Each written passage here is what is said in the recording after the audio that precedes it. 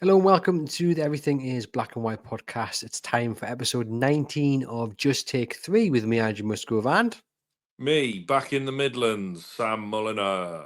yeah, it's a shame that you're not in the office or the studio to record in person. But as you can see, I am not in the office either. I am at home. It's a few hours before Newcastle versus Liverpool, so I'll be going in later, hence the reason I'm not in the office. And before anyone says, hence the reason I look a bit unkept because I've not got myself ready yet for the day, which is always the issue, Sam, when you work from home, I think, right?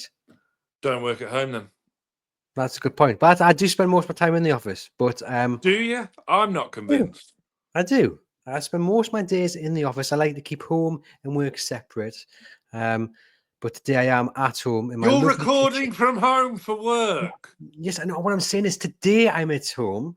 I will be going into the office for the game later, then to St James's Park. But right now, yes, I am at home. But for the large parts of my career, I like to be in the office in our lovely studio, as you found out last week.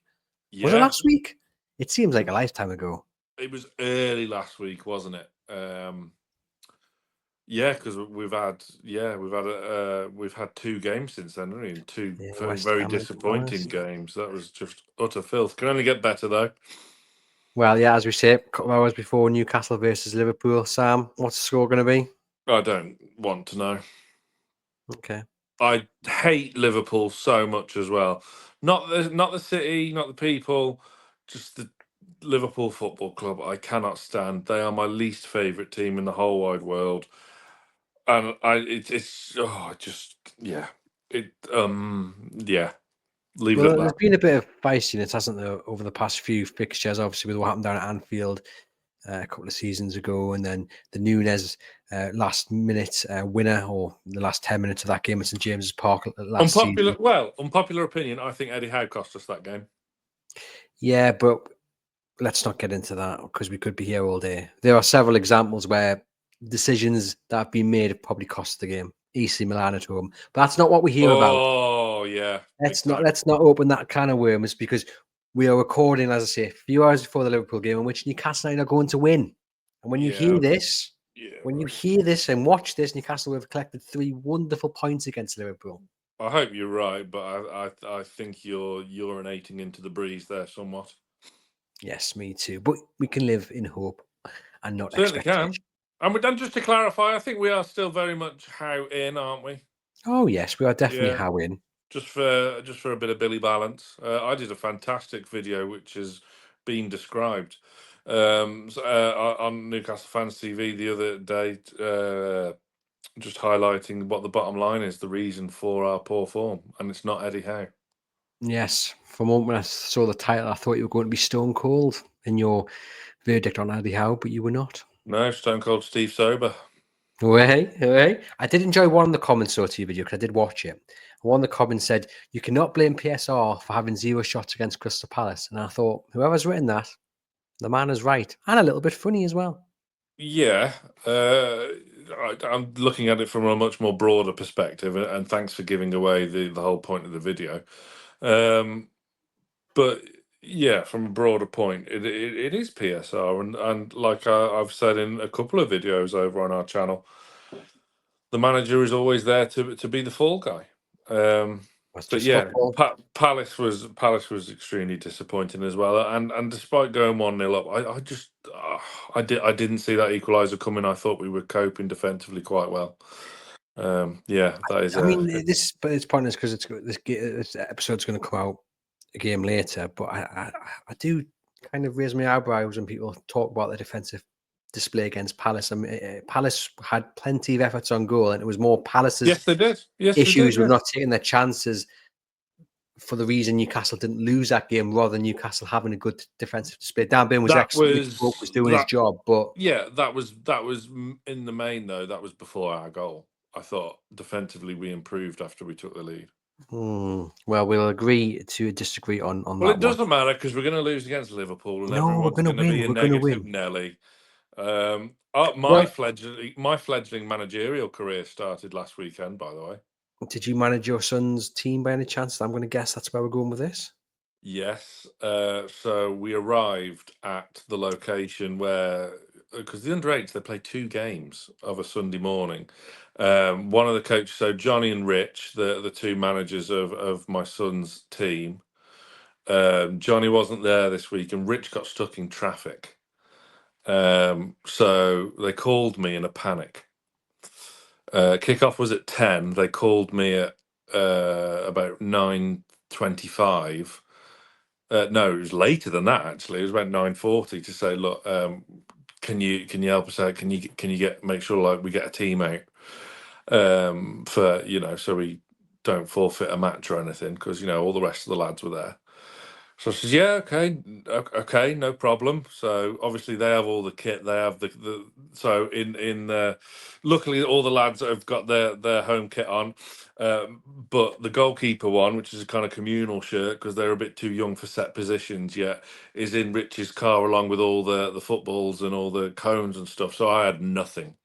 But yeah, look, we arranged a team, kept it tight early on, 0-0 at half time. Made a couple of half-time subs, and we won 5-0. So I'm retiring. Kind of like when Big Sam got sacked by England. 100% win rate. I'll be down as the most successful manager of all time, joint, with 100% win rate, and then that's that. When you were describing there the scenario, I had in my mind there that you got there to the pitch, and then they said, "Oh, by the way, the gaffer's not here. We need you." And then you rushed Well, back that's to your essentially car. what happened. I was picturing you rushing back to your car, you're lifting the boot up, and you take the coat off that you're wearing, and then you get a big long managerial winter coat out, maybe an Arsene Wenger kind of bubble coat, walk No, back to the pitch with a bit of a strut, and then you're all doing this, and then like you see, you no. claim victory. It wasn't quite that way. That's what I had going No, on my to be mind. honest, I am. My wife would have done that for sure. She's right, gobby so and so, but only the footballer. In supporters, it's none of it's negative. I've painted her in a bad light there. She's not that bad, but no, I'm very much of the opinion of stand back and let them play. But yeah, no, the lads all had a good time, and yeah, they enjoyed it, and yeah, it's all good. That's the main thing. Yeah, well, congratulations to your lads team, and congratulations to you for your one and only victory as you hang up your Look, managerial boots. the club have my email. Yep, and should Eddie Howe have to go, I'm sure you'll be first on their list. Shall we go on with today's episode? Powered Yes, if by if we NordVPN. must, yeah. You've just run over the sponsorship introduction. Shall we get on to today's episode? Powered by NordVPN. Yeah. Yes, your NordVPN discount subscription link is in the podcast description box. Hit that link for a discounted offer on your plan. No risk with Nord's 30-day money back guarantee. It's well worth your monthly subscription, which costs about the same as a premium cup of coffee from any of your high street brands. I do recommend you get NordVPN to protect yourself when you're out and about, and take advantage as well of a host of other benefits. Episode 19, then. This is one that I knew would excite Sam the moment that I suggested that we did it, and it is goalkeepers, because you had No, it's aspirations not. of being a goalkeeper, not goalkeepers.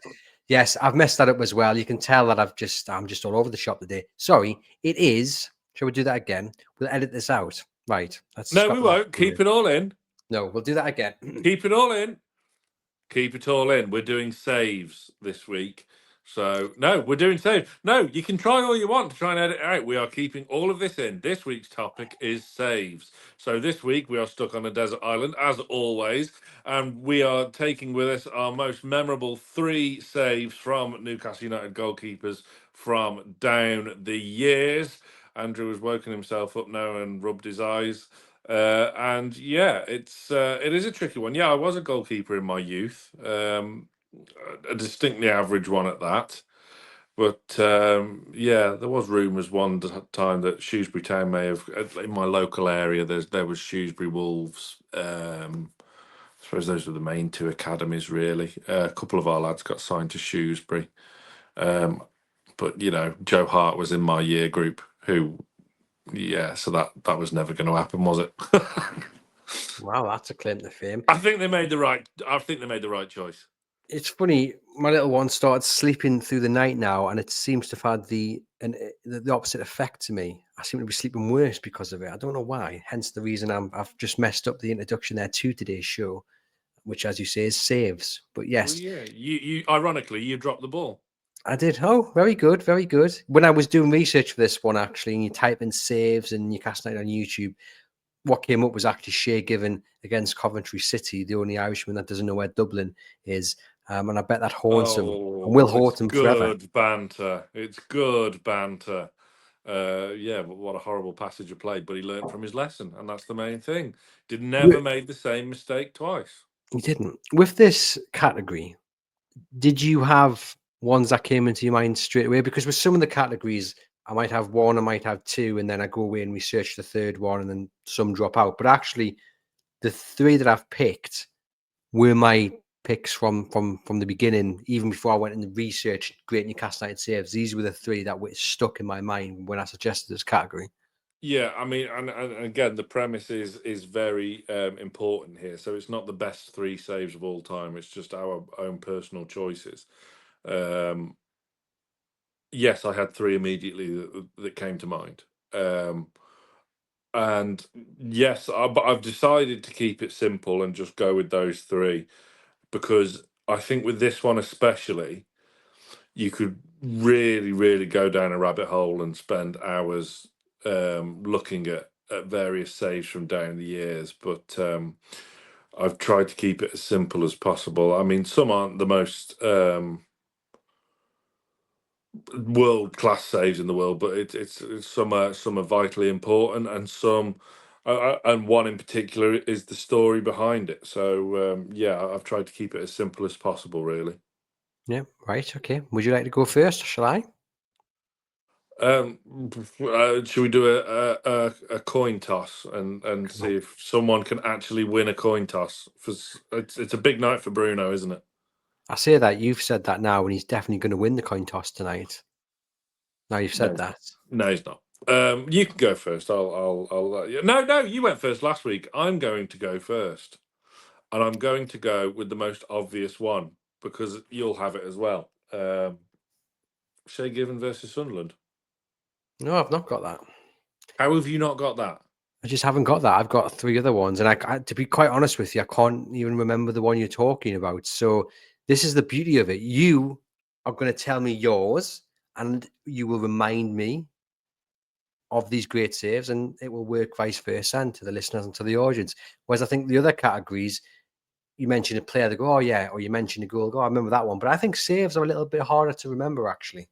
And you're looking gobsmacked here. So this save better be I the best in the world. genuinely stunned because Okay. this is the most obvious one. You can't, you genuinely can't remember Shea Given saving from Kevin Phillips. No. Oh, you're Now, not gonna even get that you've mentioned it. Like, I'll have to go back and watch it. But come on, then, put it out you there. are you are gonna get hate in the comments for this. World class save, and Shea Given it his absolute best. What great effort from Kevin Phillips, and it was going top corner for for what would have been, if you are a neutral, which well, of course we are not, but it would have been a very memorable Premier League goal in the derby, and Shea Given from nowhere diving to his left scoops it out and tips it over the upright and manages to keep it out. Wearing the kind of an orangey yellow, if memory serves, goalkeeper kit NTL I would say it's uh, more. with Well, a I black was going to say trim. more gold, but it is orange yellow actually. On I'm watching the save Yeah, now. Oh, it's a good save. no, it's not. It's a great save.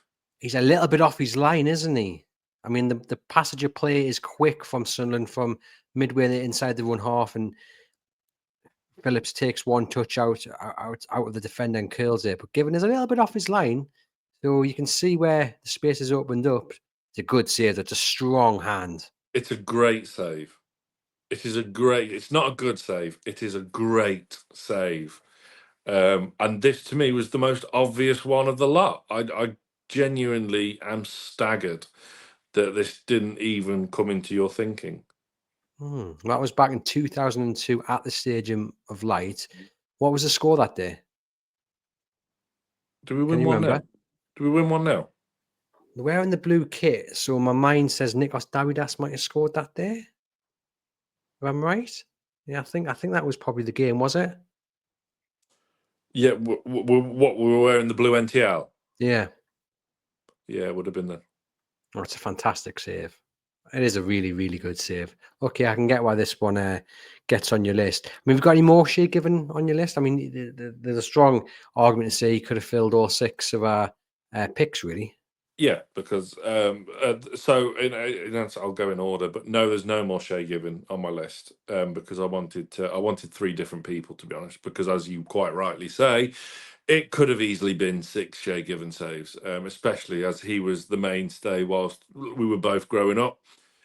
Shay Given was someone I looked up to when I was a youngster playing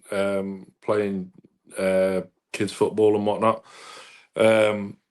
Just such an underrated shot stopper, and I still don't think he gets the credit he deserves. Again, not from the Newcastle fan base, because he does, but from the wider kind of Premier League fraternity. I don't think he gets the credit he deserves because he never gets mentioned up there with the likes of Schmeichel, Czech, and a shot stoppers I've given is way up there. Other big Shay Given saves. I remember a staggering performance at home to Spurs in the FA Cup. Chelsea at home in the round previous as well that year. I think Souness was our manager then. You must have a few that spring to mind as well. Well, I've got one that's actually in this list. Before I mention that, there was one when Titus Bramble got his toe on the end of a cross and Shea Given saved it with his head. Now, that was more Shea Yes. Given being in the right place, right time, but sometimes that's what it's all about. But it was a good save. There's lots of saves like that one against Sunderland where he's a little bit off his line and he's had to really stretch out. And for such a small goalkeeper as well, he was brilliant at the shot stopping because he could easily get caught out, ball over the top sort of thing. But he was hardly ever caught out. 113 clean sheets Shea Given got in 451 appearances. 89 for Newcastle United, 14 for City, 9 for Villa, 1 for Blackburn Rovers, and none for Stoke. Although I'm not entirely sure how many games he actually played for Stoke, but in real good company, around him, the likes of Joe Hart, Hugo Lloris, Edison's just kept his 114th clean sheet, although that must have been a few games ago, given City's form. But yeah, what a fantastic I mean, goalkeeper. he would have had more, but our defence was notoriously poor. Well, you'd see it throughout. I mean, obviously in the Bobby it was a little bit better, but you'd see it throughout his entire Was it? time at Newcastle. Clean sheets were not really Newcastle No, United's forte, were they? no, not at all. Not at all. It was only really under Rafa that we started to get really a bit more defensively solid, which still seems fairly recent, which is crazy when you think about it. Hmm. But I don't remember any other previous manager having that much defensive impetus on the squad or the team. But yeah, obviously we've spoke about it before, haven't we? About Given, and he always crops up in players that left too soon, and the way he left and was kind of a bit forced out by the previous regime and whatnot. Because for me, he should be he should be sat top of the all-time appearance list. He should have finished his career at Newcastle instead of having to go to places like Villa and Stoke. No one deserves that. So it's sad in a way, but yeah, he's the save for Ireland as well against France. Yeah. Well, Oh that my is God, that's that probably the game the as well where Thierry Henry knocked it in with his hand? was Is that that the the same? same game? That the same game? Well, he I did. don't think. He was definitely in goal for that incident. Yeah, he was. Yeah, I'm not sure that was the same game, but yeah, that save he made was probably the best save of his career, actually. Hmm. Um, but Just to talk up Shea Given a little bit more, so Newcastle United, they've played 1,123 times in the Premier League. By the time you listen to this, it'll be 1,124. They've kept 294 clean sheets. Unfortunately, I don't think it's going to be 295 by the time this episode comes out. But Shea Given, as I said, they're 113 clean sheets in his Newcastle in his entire career. And what was it? It was 100 odd for Newcastle United. So that shows you just how good he was. You know, he's kept the majority of Yeah, Newcastle United's that's clean sheets. interesting. Have you got the full list there? Full list of. Goalkeepers clean Or, sheets for Newcastle. I haven't got the full list for Newcastle. Sorry, so he kept 89 clean sheets for Newcastle. Newcastle have kept 294 clean sheets in that time. I'll try and find the list, the full list, but I don't know how easy that's going to be. But you know, he's definitely got the majority there, hasn't he? I would be staggered if he hadn't. I don't think your likes of Pope has played enough games for us. Krull, no, and then there's too much chopping and changing. Pav, Shaka, yeah, I don't know. Well, Shea Given is on my list. I've got him down here is the third one I've written down, but I'll go with it now because we're talking about him. And it is the double save that he made against Manchester United in August 2008. It was a 1-1 draw. Kevin Keegan was manager.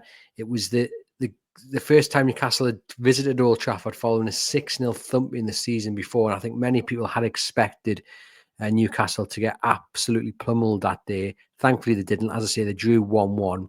And Wayne Rooney turns and fires one in the box. Given gets down low to his right. Scholes is right on top of him, fires one towards goal. Given is up quickly to save it, get it away to safety. It's a fantastic double save and goes on to help Newcastle United secure valuable point at Old Trafford.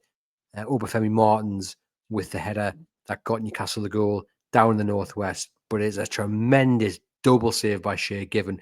But what you notice, like, he's fuming in that game, and that was the beginning of the end for Shea Given in Newcastle. And you could just tell, couldn't you? We've talked about it before. He wasn't happy. Things were not going as he had been promised, as we'd all liked it to have done. He was just consistently facing shots at goal, which is what a keeper's paid to do. But also, you want it to be done not in vain. You want to be keeping clean sheets. You want to be saving shots and helping your team win something, or at least challenge for something. That was not the case back in 2008 at all. But this save, yellow jersey, down at Old Trafford, absolutely tremendous. Do you remember it? Yellow jersey, but did it have kind of red kind of pointy bits on the shoulders and down the sleeves? No, I don't think it did. I think it had white Adidas trim, if I'm not mistaken. Okay. I'm pretty Interesting. sure. Yeah. But you remember the save though? Yeah, I did. Yeah, I did. I do rather. Yeah, again, like you say, tinged with a bit of sadness, really, because, like you say, it all went sideways, really, didn't it? And it wasn't too much longer until he departed. But yeah, not a particularly happy time. But yeah, good save. I don't think it's as good as the one I've brought to the table by any stretch. But yeah, just alert and doing what a keeper should do, which is, again, doesn't really seem that way these days because, especially nowadays where we discuss Nick Pope's distribution. But at the end of the day, their job is to keep the ball out of the net. And that's what he did I best. I disagree with you. I think this might be a better save than the one against No, Kevin it's not. Phillips, No, it's not. because he's It's got to not. get up so It's quickly not. to stop Scholes at such a close range. Like, it is a fantastic Yeah. save. I'm not disputing that whatsoever. No argument from me. I just think the Phillips one is better. Well, let us know in the comments what you think. But for me, I think Shea Given's best save. I just think the way he gets up as quickly as possible is it just shows you what a really good goalkeeper he was. And I think I found as well the list of clean sheets for Newcastle United in the Premier League. I have done. So you got Shea Given, as I said, with 89. Do you want to try and name the rest of them in the Premier League Okay. What, in order? in Might be order? So you tough. got Shea Given top, then number 2, joint second actually on 41. Pav? No, Pavel Srnicek is fourth, kept 35 clean sheets. Krul? Tim Krul is one of those joint second with 41. Joint second, so 41. Surely it can't be Harper. No, Harper's fifth on 23. So Shaka? Nope, Shaq are not on this list of the top 6 that I've got here. Yeah. Okay. Surely Dubravka's not that high. Yeah, and I am shocked at this, but Martin Dubravka, Really? yeah, Martin Dubravka is the man who, on this list, is according to the Premier League. Well, if anything, that kind of reaffirms my point about, Rafa Benitez and us not really getting too defensive until he came in and put a bit of emphasis on it. So there you go. So I'm assuming Rob Elliott would be on there as well, and Well, Pope. the sixth one is Nick Pope, makes up the top 6 or the 5 because the top 5 because the joint second is Krul and Dubravka. But there you go. Wow, good. I'll deliver my second one now. I'll go next. I'll jump ahead because we've Okay. just mentioned him there, Mr. Nick Pope. Man who comes in for a little bit of stick because his kicking is absolutely shocking. But as I've said previously, you've just got to accept it is. It's not going to get any better. You can't teach that, especially at his age. You're just going to have to accept he can't kick the ball, but what he can do is keep shots out. He's absolutely brilliant. Arguably the best goalkeeper this club has had since Shea Given. I don't think many people will disagree with that. Sam's rolling his eyes. Are No, you I'm not rolling my disagreeing? eyes. I'm just trying to think because, as we will discuss, I'm a big fan of another one, but I will just about agree with you. I think. Okay. So I've gone for Nick Pope versus Leicester City, 22nd Ah, of May, 2023. 0-0 draw against the Foxes. Newcastle United secure Champions League football for the first time in more than 20 years. And right at the death, Castagna has a bicycle kick, kind of, from about the penalty spot. And Nick Pope gets down, double-handed save to tip it away to safety. There's nothing that great in terms of what he's done in the save. It's a save that some will argue he has to make because it's kind of right at him. But at the same time, it's so close to him that the reaction has to be so quick. And if I remember correctly, I don't think he had anything to do all game. I think there was one off the woodwork, maybe one that he had flashed wide. nothing to do all I game. don't think he Nothing. made too many saves. So it's literally the last kick of the game. Huge game. They know what's on the line. Leicester as well, fighting for safety. The fact that they didn't win that game meant that their Premier League status was then out of their hands. So everything was on the line for both sides. But the save itself, it's so close unless it's the penalty spot. It's such a quick reaction that he has to make. And I think the thing that cemented it in this list for me, it was the first one that came into my mind. But the thing that cemented it in this list for me was the Chronicles photographer, Ian Buist, who goes to all the games home and away. He has a picture, he gets a picture taken of Amanda Staveley with Nick Pope, and Amanda Staveley's just blowing her cheeks out in just like relief. And I think a bit of gratitude. And obviously, we don't know what's said, but she's embracing Nick Pope at that moment. And you can imagine what's being said. Like, oh, thank you, Nick, for making that save. Because I think Yeah. there's a little bit of nerves. Maybe, would they've secured Champions League football if they'd lost that game? Probably. But what a Well, I don't save. know. What an Because important save. yeah. This was my number 2 as well. So yeah, and this was the one that's about a moment because, like you say rightly there, it's not the most technically brilliant save or the most outrageous save. He had every right to save it. It was a good, solid save, but it's about what that moment meant and what it secured and what it achieved from a remarkable season, really, which had a lot of epic highs, but quite a few lows as well, and a kind of will they, won't they kind of scenario. We all felt that it was kind of job done after the Brighton game, but it wasn't. We battered Leicester that whole game without scoring, which is something that's rearing its ugly head again of late. And yeah, it would have been typical Newcastle, wouldn't it, for them to just nick it in the 90th minute um, after Newcastle being so dominant the whole game. And yeah, that was the save that secured Champions League football, because our last game of the season was at Stamford Bridge, where we got a 1-1 draw. I was there at the bridge that day, and it was a party. I mean, we drew 1-1, but Chelsea could have won by 2, 3, 4 goals to 1 in the end. Miley could have scored as well on his debut. That was a great day. It really was a great day. But we wouldn't have had that great day. It would have been a horrifically nervous day had we have not got that point against Leicester City. And yeah, that save was. I remember it vividly. I as soon as the ball had left Castagna, I screamed. I yeah, let out an audible shout, scream kind of thing, until Pope had saved it, to my and many others' relief. But yeah, huge moment. And yeah, there was the photo on the pitch afterwards, wasn't there? Because it was the last home game of the season. And yeah, we'd done it. We were back in the big time.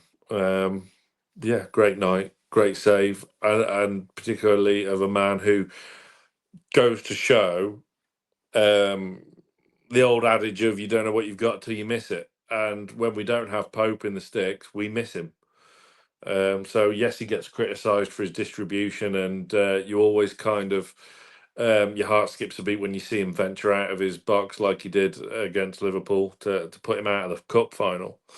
But at the end of the day, he's a fantastic shot stopper. He could have been in this list as well for the save at Paris from Mbappe, wasn't it? I'm not sure if Mbappe put the ball in the box. I think. Oh, he might have done, yeah. Was it Kolo Muani? I don't know. I'm pretty sure it was an Mbappe cross, but it was a great save nonetheless. And again, from kind of the similar distance as well, it was a very close save. You know, the distance between the effort and the save, you know, really, really close to him. So it just shows his reactions. And anyhow, it's gone on record before to talk him up as the best shot stopper in the Premier League. And I agree with that. And that's not biased. I actually genuinely think there's not a better shot stopper right now in the Premier League than Nick Pope. There's better all-round goalkeepers. Yeah. But someone as a shot stopper, Nick Pope is the man that I think sets the bar right now. Yeah.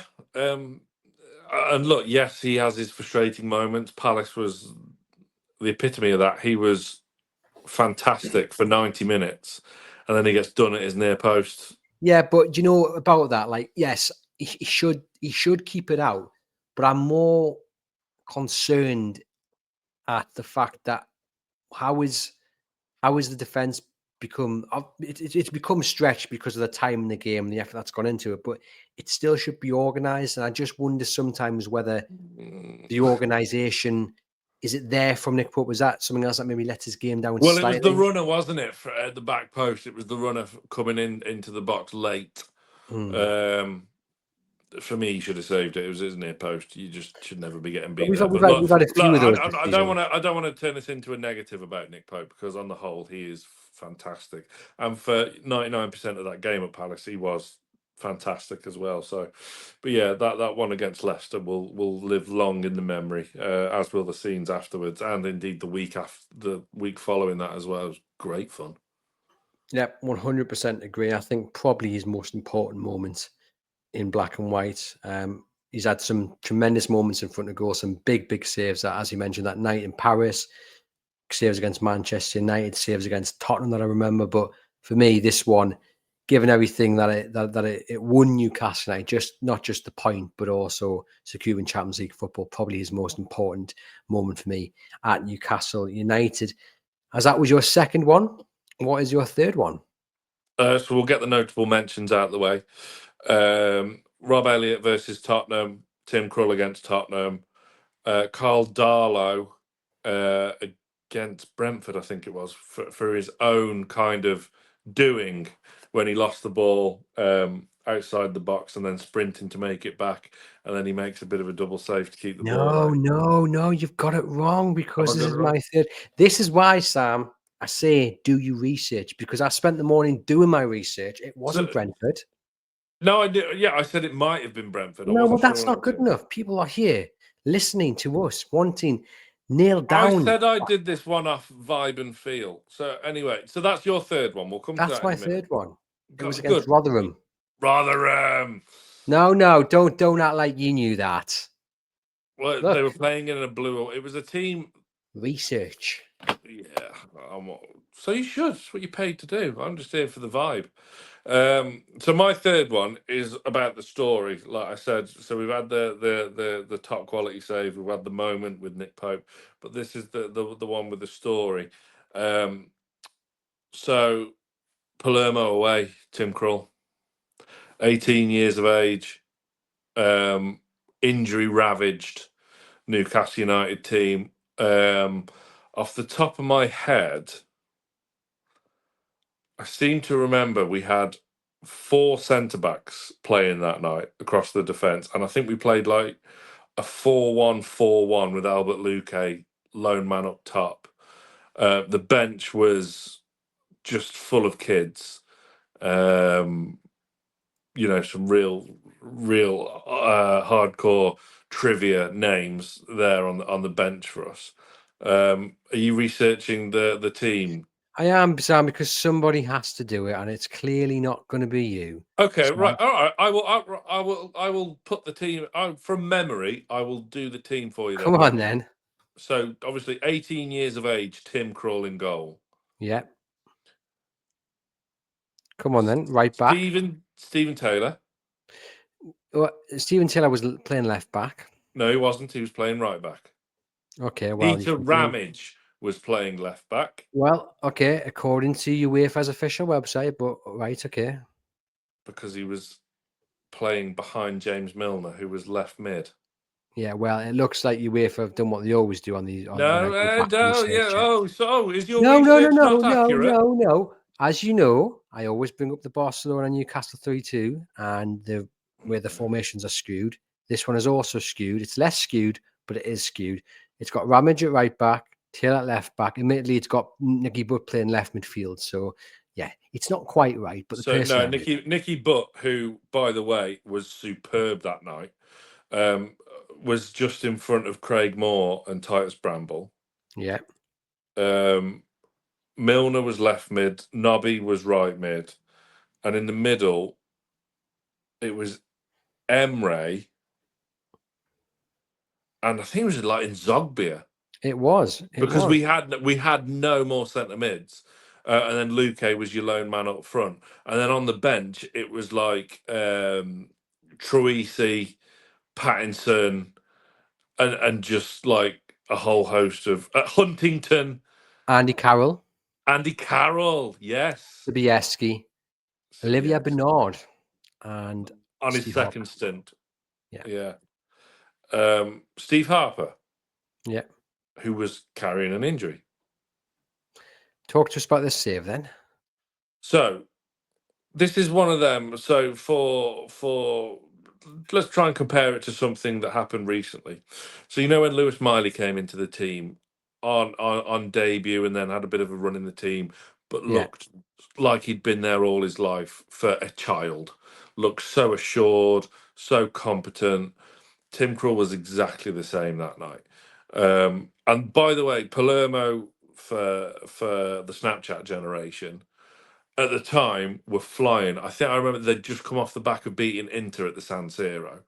They were top of Serie A, I think, and they were really putting it up to the big boys, and they were flying. They had some really. They had this class centre mid that would get forward. You got the teams in front of you. Yeah. Is it? Well, bear in mind, I warn you, these formations are all over the shop. So, have you got any suggestion who it might be? Hit me with some names, and I'll tell you. Minari, Tedesco, Guyana, Paracini, Brienza, Caraclico, Pianzo, Bazzagli. Caraquiglio was the striker. Yeah, I think Brienza was the other striker. So it's got to be one of Tedesco, Guyana, It was Tedesco. Paracini, It was I think, Tedesco. yeah. Okay, there you go. Tedesco. They had a quite good right back as well, like Kasani or something like that. Kasani, yeah. Look at you. You haven't got that in I front of you, and you're no, reading off trying to sound clever, or you actually no, know your stuff. no, look, I'm not. There's a 360 spin of my living room there. No, do you know what it was? I was in college at the time, and I had a phase of getting into Serie A because I was a big fan of that AC Milan team at the time. And Palermo were players. They really looked a big threat, and they were doing some impressive stuff. Like I say, you don't just go to the San Siro and win if you're nobody's. So yeah, I think they did make a couple of changes, but obviously we were so injury ravaged. But Tim Krul, back to the point, was so assured that night. And the one, I mean, there was, again, it's part of the story. So there was not one kind of that would blow you out of the water, but there was a really good double save in the second half because I think Luque got the goal around about the half-hour mark, something like that. It was just after the midway point of the first, and I think it was like round 65, 70, 75 minutes around that game, part of the game. A header come in, Krull got down to it and then pushed it away, straight back up on his feet, and then to block another shot incoming at his near post. And you just think, this kid looks like he's been doing this for years, and he's 18 years of age. And then I've just been a huge fan. And this is another guy as well who I don't like the way he left the club. And I think Rafa's got a bit something to answer for there, to be honest. Because at the end of the day, he replaced him with Matt Sells. So I don't think that was overly clever of Rafa to get rid of Tim Krul when he did. And I think he deserved better. Because he would have had opportunities to leave us long before he did. Because he showed like he was going to be the next Van der Sar at one point. So yeah, that night was absolutely incredible for a kid who'd been at the club less than 12 months in completely new surroundings to show that much character and ability and composure. And not to mention, we won the game, which was incredible. Yeah, Nicky Butt was excellent that night. Milner was great. Luque got an actual football goal, which was memorable. Good little header. Yeah, great night, great story. Yeah, you're right. I mean, there were 4 or 5 saves that he made that night because Plem really were quite decent, carried quite the threat. They were very good. Yeah, We were massive underdogs for that game, by the way. Brienza was particularly impressive, and he had I think a couple of shots saved by Tim Krul. Craig Moore had a clear one off the line, but it was that double save that probably stands out. You've got him, as you've mentioned there. Briera's the one with a header, and then Di Michel follows up, and that's when Krul gets back up and forces it wide. And then moments later, Andrea Caralico has another effort, which Krul manages to save as well. And at the end, you remember Glenn How are Roeder. you knowing all of this? You're reading the match report Might be. on the BBC archives. I may just have a memory for it once you remind me of it. But The game was on Channel 5, fun fact. I do remember Glenn Roeder taking Tim Krul over to the away fans and then kind of, in a way paying tribute to him because it was a fantastic performance by Tim Krul. Really was. I just I loved Glenn Roeder, by the way. I thought he was brilliant. Yeah, bit harsh when he got sacked, to be honest, because there was a guy who got us into Europe, and we had proper injury crisis then as well, similar to the ones that we had last season. It was horrendous. I mean, Charles Nzogby is centre mid, Peter Ramage left back, and yeah, Luque up top on his own, playing alone for her, and an 18-year-old kid in goal. Yeah, love Glenn Roeder. Been fortunate enough actually to interview his daughter Holly, who does a lot of work for charity. She works in horse racing in Newmarket, so they do a lot of good stuff for brain tumour charities and stuff like that. So worth keeping an eye out for. Right, there you go. Yeah, tremendous save there from Tim Krul. I'll just quickly go over my third. You know what it is by now, guys. It's the Caldaro save versus Rotherham, Sam. Rotherham. Not Brentford, Rotherham. All right. Okay. Okay. To you. January 2017. Nervous afternoon to begin with for Newcastle United. They eventually won 4-0 to go top of the championship or to return to the summit. Goals from Darryl Murphy, Matt Ritchie got a double, and Iosi Perez got the fourth. So much wrong with this. There's so much wrong with this passage of play. It's just an utter calamity, isn't it? But that's why it's in. That's why it was like it was the second one that came to my memory, because it's just you love the chaos, and when it works in your favor, I'm all for it. So he goes out to try and collect the ball, and he's misjudged out of the surface. Doesn't realize it's as wet and as slippery as it potentially is, and he's skidding out of the box. So he has to quickly throw the ball back in. But in hindsight, if you look at it, he's got plenty of room. Actually, he really should just turn and like kind of put his body on it, but he doesn't. He just panics in a way, and the Rotherham midfielder gets it. And before we talk about the saves, one of the things that annoys me about this actually, he just stops. He freezes, because I think he thinks in that moment It's that's going to be it. a goal. In. Yeah. Yedlin then does really well to put the midfielder off. He's maybe a little bit fortunate, Darlow, straight after he doesn't concede a penalty, because I think in VAR world that might have gone for a check, because he's BAE. got his ankle. Credit to the chap. He stays on his feet, squares the ball into the box, and Darlow's after it. After it, defender comes sliding in. I've tried to work out who it is. I think it's Kieran Clark. If it's not Kieran Clark, it's Paul Dummett. I think it's Kieran Clark, because Lascelles is on the line. Slides in to try and stop Yates, who's the man with the ball. Yates does brilliantly, just sells him so well, moves it to the right with his left foot. Whoever it is, Clark Dummett, wipes Darlow out. And at that moment, that Darlow is flying through the air in slow motion. Yates takes a shot, and Darlow, as he kind of hits the deck, manages to stick a hand out and stops Yates from scoring. It's a tremendous save. It really, really is. A lot wrong with it, but it's just fun. It's just fun, isn't it? It is. It is. I really like Darlow. I thought it was a really shrewd signing when we got him and Lascelles. When we did, and then they got loaned back to Forest, didn't they? And he was superb. He was exceptional for Forest that season where we loaned him back to them. And I remember when he first got brought into the first team, and like watching Soccer Saturday and whatnot, they're talking about this guy, like, because he was third choice at the time, like he was like a young kid and not much experience, and like, how's he going to cope? And I'm just thinking, do you even know what you're dealing with here?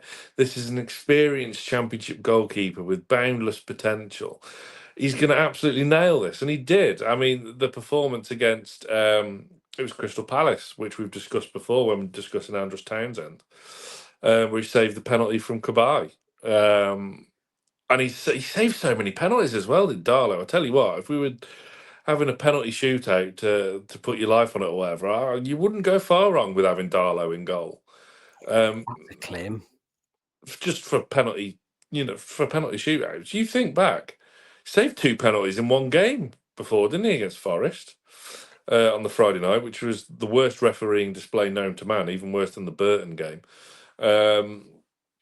But yeah, I was always a big fan of Darlow, and like when Krull left after he did, I couldn't understand why Rafa was bringing in Matt Sells, who yes is doing fine at Forest now, but whatever. I still thought Darlow was way better, which he proved to be in the end, because he was back in the team not before long. But yeah, that was a funny passage of play.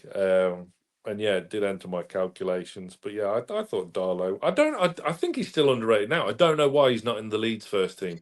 Well, I was going to After say that. Melier keeps putting howlers in, and Darlow's just not. I don't understand it.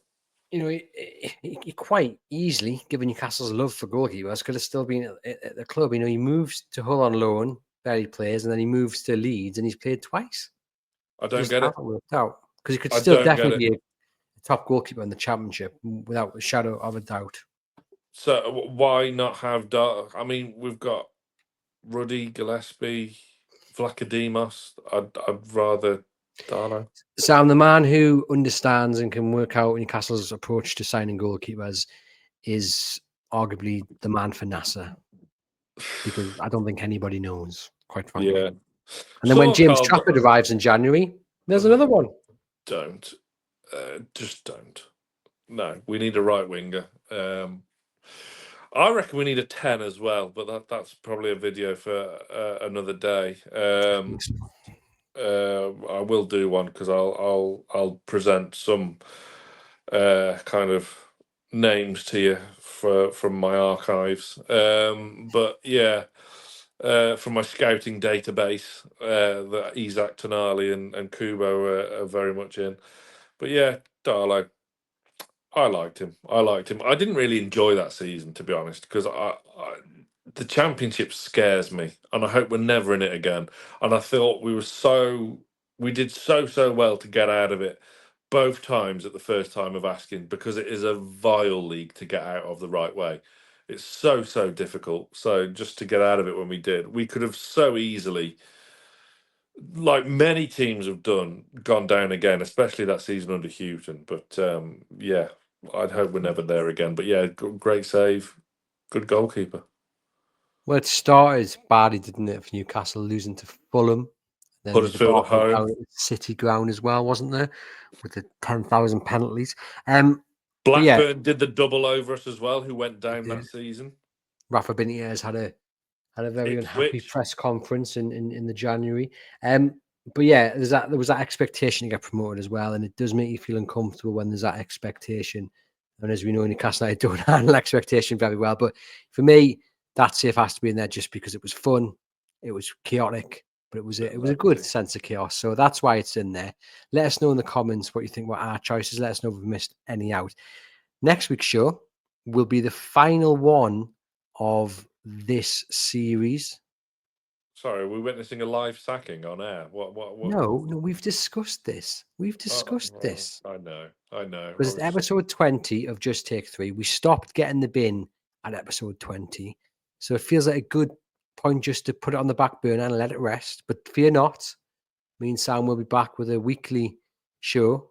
And we've already decided what it's going to be. It's going to be a weekly discussion on the big talking points of mainly the Premier League, but any other big football and talking points from the week. So do look out for that. We'll have to come up with a title, but it will be hot topics. Yeah, as you're just determined to turn me into Alan Partridge. I mean, I don't think it's going to take much, to be honest. But that's to come in a few weeks. Not now. Maybe. I'm doing commentaries as well. Yes. Up at Sunderland Racecourse. He's gone over to the dark side, ladies and gents. Enjoying it? Yeah, I'm not there every day, but I'm there again the day after Leicester at home on the Sunday morning. So So there you go, ladies and gents. If you want your autographs or your selfies, head down to Sunderland Racecourse. And why is someone cool going to be there? Thank you very much, ladies and gents, for tuning in to this episode of Just Take 3 with me, Andrew Musgrove and Sam Mulliner. This one was all about saves. Me and Sam both went for the save that I've totally forgot, the Nick Pope save. Did we both go for the Nick Pope save? Yes, we did. Yeah, against Leicester City. I went for Shea Given against Manchester United, a fantastic double save. Sam went for Shea Given against Sunderland, a Kevin Phillips 25-yarder, which Given tipped away to his left. I've gone for Carl Darlow against Rotherham after he's messed up and then managed to get back and save it. And your other one was? Tim Krul, Palermo. Against Palermo.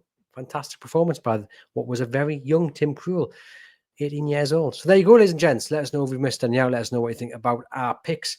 And for myself and Sam, we'll see you next week for episode 20 of Just Take 3.